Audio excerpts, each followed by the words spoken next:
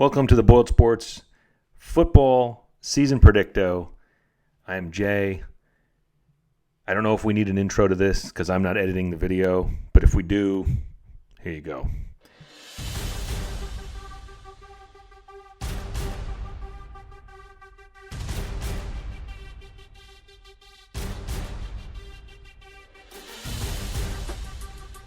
We're going to ask everybody at Boiled Sports our Season Predicto questions and see what they come back with. I'm sure it will be edifying. Wait, no, cut that. I'm sure it will be awesome. No, wait. I'm sure it will be something. Today's quick cast is brought to you by Martin Vintage. MartinVintage.com, where if you enter Boiled at checkout, you'll get 20% off. All right. Hey, it's Anish here in my Martin Vintage t-shirt ready to predict the season, I guess. It's crazy. It's already here. So question one, will Purdue contend for the Big Ten West title in November? As much as I want to say yes, as much as all of us were ready to say yes immediately after Jeff Brohm turned down his statue job in Louisville, I'm just not ready to do that. I have too much of a position concern at one of the position groups of the team. You'll hear it later in this lovely podcast, but as much as I want to say yes, and as wide open as the Big Ten West is this year, Frank, I mean, like there are, 6 teams? Sorry, Illinois, but there's 6 teams that could say that they have real shots at the Big Ten West title. Northwestern, Wisconsin, Iowa, Nebraska are chief among them, and then Purdue and Minnesota are behind. I think all of them can dream of long shot Big Ten West title shots, but I think those top 4 are going to kind of separate themselves out during the season, and I think Purdue and Minnesota will kind of fall to a separate tier. I don't think any of the top 4 will separate themselves, but I think Purdue might be a year away from it. And I also think, though, that if I were to put an over-under on the amount of seasons Jeff Brohm has left in Purdue, I know we're still doing that, but we're gonna have to get used to this every single year. It's going to come, whether it's going to be from premier NCAA teams or premier NFL jobs. And so I'd set the over-under at 3.5 years. And within that time frame, I do think that Jeff Brohm will have Purdue playing in the Big Ten championship game, and Purdue will have a Big Ten West title. I don't think so. I don't think Purdue's going to have a one of those seasons. There's a lot of tough teams in the West, not really outstanding teams, but just enough. I don't think that they'll really be contending. So it's been a long weekend, and I don't really feel like being on camera, so instead I thought I'd ask Rabbit to fill in for me. Now, Rabbit's 50 years old, and he's forgotten more about football than most of you will ever know, so he's probably a good enough stand-in. Rabbit, will Purdue contend for the Big Ten West into November? Okay, that sounds like a yes. Say yes to that. And I say yes, I'm all in. I'm the rose-colored glasses optimist of Boiled Sports these days. And I say that they will be contending for the Big Ten West into November, playing meaningful games, coming down the stretch, because I think they have a legitimate shot at winning the West this year. I'm sure I'll be laughed at for this in about early November. But it's not early November as I record this. It is August. So I'm going to say yes, Purdue will be contending for the Big Ten West and playing games that matter in contention for it in the month of November. Well, other than Nebraska, there's really no media darling in the Big Ten West, and there's no team that looks like it's going to be the dominant force. So the West is wide open. So it would stand to reason that Purdue definitely is a contender for the West title. I don't agree with this, though. I don't agree with the kind of the whole way of thinking. I just don't think it's Purdue's year because of it kind of being a team that's not quite there. There just are too many question marks, and I'm not saying Purdue won't be playing good ball at the end of the year. I'm saying that at the beginning of the season, I think they've got a lot of things to figure out. I've been saying that consistently, and that's why I think that this Purdue team will not contend for the Big Ten West this season. I think they'll play good football, and it's going to be a fun season. Question 2, will Rondale Moore generate enough Heisman hype to be invited to New York in December? So, when we ask this, it tends to be will the national media get excited about Rondale Moore kind of question. It tends to be, will Rondale Moore set records? Will there be national features on him? I am taking this literally because I really do think Rondale Moore is a special enough player that he will generate Heisman hype, and not just hype, not just appearing on all of your Heisman watch lists hype, but getting an invite to New York City. I really do believe he's good enough, especially in the age when wide receivers and non-quarterbacks basically don't get invited. You have the occasional standout running back. You have the occasional wide receivers are actually rare because usually their quarterback gets most of the credit. But I do think that Rondale Moore is special enough, and the quarterback situation of Purdue isn't going to be standout enough that all of the credit will go to Rondale.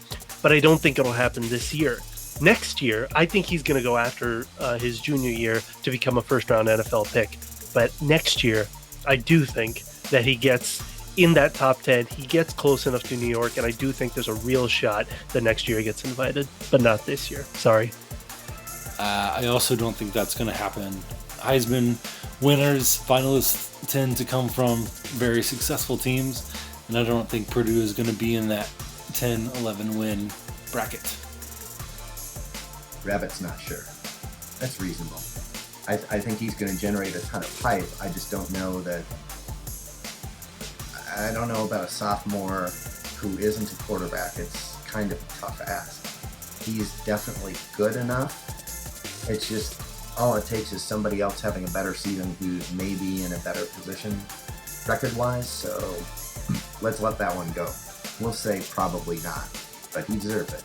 I think he will, actually. Really, what will decide whether he goes in December to New York, I think the only thing that will decide it is whether Purdue can be better than a 6-6 kind of team. I think if Purdue has 8 or 9 wins, he'll go to New York. He'll be a finalist in that sense, right? He'll actually be there. He won't win it because he hasn't played for Clemson or Alabama. But if Purdue struggles and has 5 or 6 wins going into November, December range, then no, he won't, just because it's usually from a highly winning team. So really, that's the only thing standing in his way. I think he's going to have the kind of season that certainly would warrant it, and he will get a lot of chatter. Especially if Purdue gets out to a hot start, people will really start talking about him. There's no question that Rondale Moore has already delivered a significant amount of hype from the exposure it gave the program just with the Ohio State game, but also the Northwestern game and these other games that really grabbed the national consciousness. Rondale Moore is legit. He's great. He's already set records at Purdue. But to be a Heisman finalist, to be a Final 3 to 5 player in New York, you have to be on a team that also grabs the national headline. So I don't think he'll be there, not necessarily because of what he did, but because of the team around him. I think I've said all along this team is a 6 to 8 win Purdue team. I think it's going to be a 7 win Purdue team. And so for that reason, I think Rondale Moore will not get invited to the Heisman ceremony in December. Will it be good? Yep. Will it be a great season for him? Yeah. Will it be as good as last season? I don't know about that, but I think, at least statistically, I think it'll be a great season. What's your biggest concern with this team? It's a cliched answer. It's an answer that's said over and over again by basically everybody that watches, that covers, that anything Purdue football. It's the offensive line. Sorry. But the offensive line, and especially the left side or the right side of the offensive line, is going to be a difficulty. The left side, actually, with Hermans and McCann, has me feeling okay. That's got some experience. Even the center, Victor Beach, I know that he's not proven, but I do think that he's been around the program enough and he's got enough of pedigree that it could work.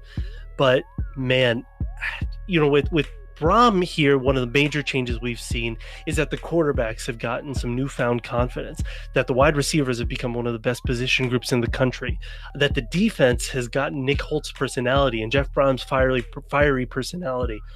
But that consistency hasn't been seen on the offensive line yet. That year-to-year consistency, even that depth hasn't been seen.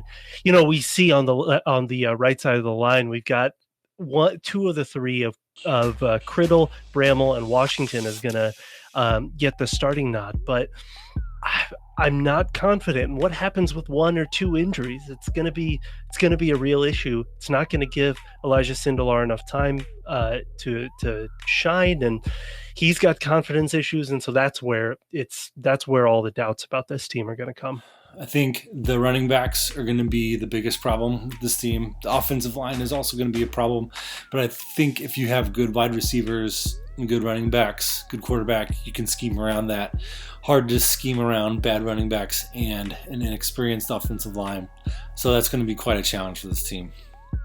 Well, what do you... No, you should have a concern. What's your concern? Okay, so we won't worry about that. I mean, I think maybe the offensive line, it's kind of an important part for any offense, but okay. We'll skip that. We'll just say he doesn't have a concern, but I do. I think if you want to be, X's and O's on the field kind of guy, I think line play, offensive line, I'm a little concerned. They've got to give Sindelar time. I think if they do, he's going to be magnificent. I think if they don't, he could panic into some bad decisions. So that's a boring answer, line play. Depth when you're Purdue is always an issue, right? If guys start to get hurt, if God forbid someone like Moore gets hurt, that can change things in a hurry because Purdue just doesn't quite have the depth that the bigger programs do. But I'll go ahead and be boring and say line play is what concerns me the most. This question is an easy one to answer for me. The offensive line is clearly my biggest concern. They were my biggest concern before camp started, and then seeing Coach Brohm and other players and coaches react to the performance of the team kind of all points back to the greenness of this offensive line and the lack of depth. One guy goes down, they're in big trouble. And so I think they're kind of in trouble to start with because they just have some learning to do, and they need to get better in a hurry. So offensive line, there is no doubt, is my biggest concern. Running backs, you can say they're your concern too, but I think Purdue has talent at running back, and they have different guys that can kind of create a committee to get the job done. But this offensive line, it's extremely important. So if they can come out like gangbusters, I will be shocked. Question 4, will Jeff Brohm get Purdue its first ranking since 2007? While I was on campus in 2007 when that ranking happened, after that Notre Dame game with Curtis Painter, it was super weird. It was super fun.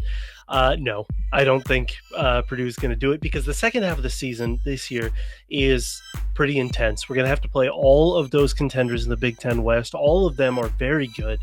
And I think Purdue would have to sweep or go when they play that top 4, win 3 out of the 4 to break through in the second half of the season into the top 25 for a top 25 ranking to be real. So it's going to have to be done in the first half of the season. And I think with the non-conference slate at Nevada, Vandy, TCU, Minnesota, and then going into Penn State, you'd have to win 4 of those games. You'd have to actually clean sweep the 4 going into Penn State to be confident in a top 25 ranking. And I don't see that happening. I don't think so. I think Purdue is going to be fine this year, but I don't think they're going to be a top 25 team. First ranking, 2007. Okay, that's a yes. I'm going to say yes. I think Jeff Brohm has a shot at this team starting 4-0 and going into Happy Valley. I believe that's their 5th game. Going in there, with a shot at like being a game day kind of game, right? I think if Purdue starts 4-0, they're getting ranked, especially with the attention that Sindelar and Moore will have garnered on maybe Marcus Bailey too with that kind of start. So yes, Jeff Brohm will be the coach that gets Purdue their first ranking since 2007, and I do believe it'll happen this season. But do I think Purdue is going to be ranked this year? No, I don't.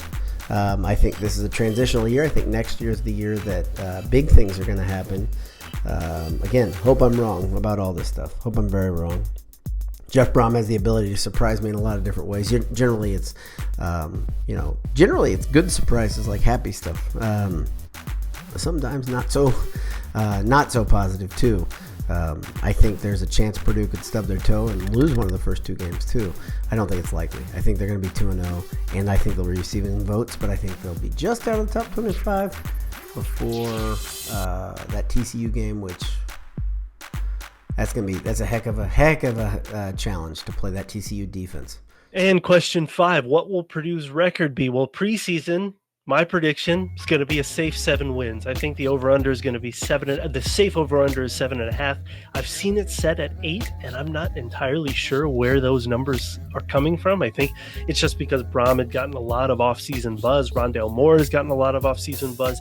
But looking at the schedule right now, I'll give a confident 7. 2-1 in the non-conference slate. I think you can pencil in a loss against Penn State, pencil in wins against Maryland, Illinois, and Indiana.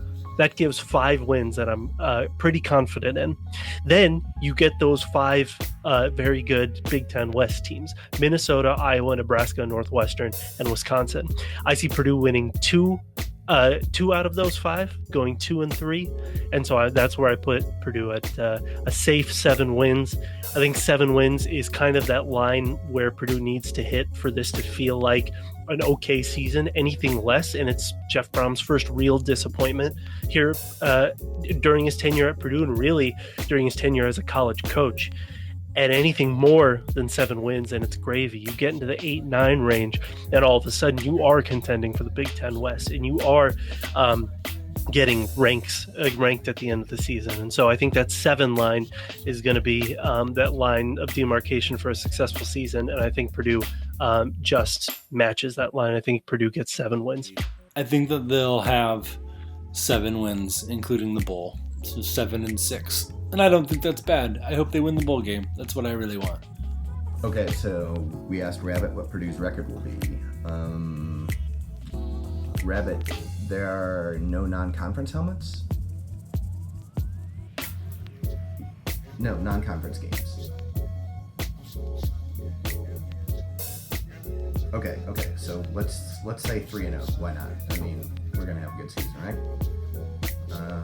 Conference games, you have Minnesota, Iowa, Illinois, Nebraska, Northwestern, Indiana. 6. What about Maryland? Yes, I know, but I know they're in the conference technically. So okay, be Maryland. That's 7-2. Rabbit, you have Ohio State in there. Ohio State's not on the schedule. You mean... Okay, sure. So 7-2, 10-2 overall, 11-2 in Big Ten games. Rabbit, that's really optimistic. That's like, I don't think even a niche is on that hype train.